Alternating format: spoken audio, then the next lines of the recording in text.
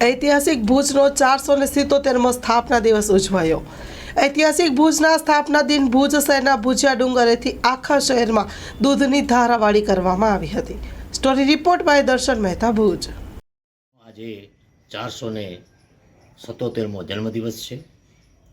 ભુજનો જન્મદિવસ 9/12/83થી એટલે કે 435માં જન્મદિનથી ઉજવણી કરવામાં આવે છે। તે રીતે આ ઉજવણી આજે પણ ચાલુ છે। માગસર સુદ પાંચમ 1605માં ભુજની પ્રથમ કિલ્લી દરબારગઢ ખાતે તે સમયના રાજાશાહી વખતના રાજાઓએ સ્થાપના કરી હતી અને ત્યાર પછી ભુજ નગરપાલિકાના પ્રમુખ એનું સ્થાપનની કિલ્લી પૂજન કરે છે અને આ દિવસે અનેક કાર્યક્રમો સત્યમ સંસ્થા તરફથી યોજવામાં આવે છે।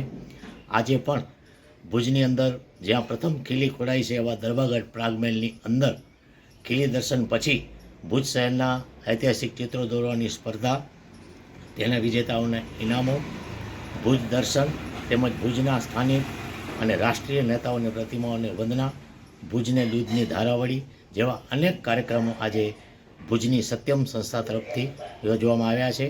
આજે વહેલી સવારે 10 વાગે ભુજ નગરપાલિકાના પ્રથમ અધ્યક્ષા રશ્મિબેન સોલંકીના હસ્તે અહીં ખીલી પૂજન પણ કરવામાં આવ્યું હતું। આ રીતે ભુજનો જન્મદિવસ દબદબાભેર વર્ષોથી ઉજવતો આવ્યા છે અને આજે પણ આ રીતે ઉજવાઈ રહ્યો છે।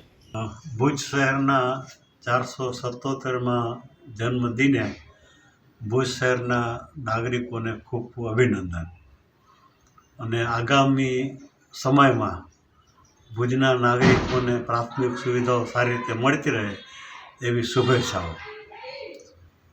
સ્થાપના દિનની ઉજવણી સત્યમ અને તાનારીરી સંસ્થાના માધ્યમથી ભાઈ શ્રી દર્શકભાઈ અંતાણીના રાહબારી હેઠળ છેલ્લા ઘણા વર્ષોથી ખૂબ જ સારી રીતે થઈ રહી છે। જુદી જુદી સ્પર્ધાઓના આયોજન કરવામાં આવે છે। તે રીતે આ વખતે પણ જુદી જુદી સ્પર્ધાઓનું આયોજન કરવામાં આવ્યા છે એ જાણીને મને ખુશી થઈ।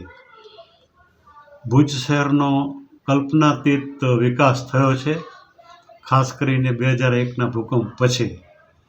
તો જે કંઈ વિકાસ થયો છે એ માટે આપણે ભૂતપૂર્વ વડાપ્રધાન અટલ બિહારી વાજપેયીજી, ભૂતપૂર્વ મુખ્યપ્રધાન કેશુભાઈ પટેલ, તે વખતના મંત્રી શ્રી સુરેશભાઈ મહેતા અને હાલના મુખ્યમંત્રી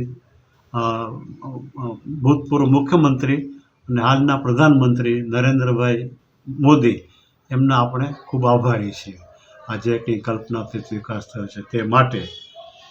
હવે હું એટલું જ ઈચ્છીશ કે ભુજ શહેરના રસ્તાઓ એમાં જે ખાડાઓ છે એ જો પૂરવામાં આવે, રસ્તાઓ પરના દબાણો દૂર કરવામાં આવે, સાર્વજનિક પાર્કિંગ પ્લોટો ખુલ્લા કરવામાં આવે અને રસ્તાઓ જો ચાલવા લાયક બનાવવામાં આવશે નંબર 1, અને જે રખડતા પશુધનથી લોકોના જાનમાલને બચાવવામાં આવશે નંબર 2, સેનિટેશનની સુવિધાથી લોકોને રોગચાળાથી મુક્ત કરવામાં આવશે નંબર 3, અને પાણીની સુવિધા લોકોને સારું પીવાલાયક પાણી વ્યાજબી પ્રમાણમાં નિયમિત રીતે મળી રહે અને બાગ બગીચાઓને રખરખાવ કરવામાં આવશે તો વર્તમાન બોર્ડને ભુજના લોકો હંમેશા યાદ રાખશે।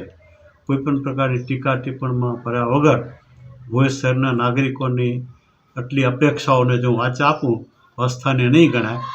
હું ઈચ્છું છું કે વર્તમાન બોર્ડના પ્રમુખશ્રી, ઉપપ્રમુખશ્રી, કારોબારીના ચેરમેનશ્રી અને સભ્યો ભુજની પ્રજાની જે અપેક્ષા છે એમની પાસેથી એ અપેક્ષાઓને જો પૂરી કરશે તો લોકો હંમેશા એમની સેવાઓને યાદ રાખશે। ગુલઝારે મુસ્તફા સાર્વજનિક ટ્રસ્ટ આયોજિત 13મી સમૂહ શાદી।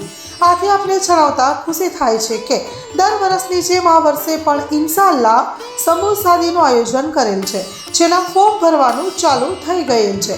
સમૂહ શાદીના ફોર્મ છેલ્લે તારીખ 10/12/2024 સુધી સ્વીકારવામાં આવશે।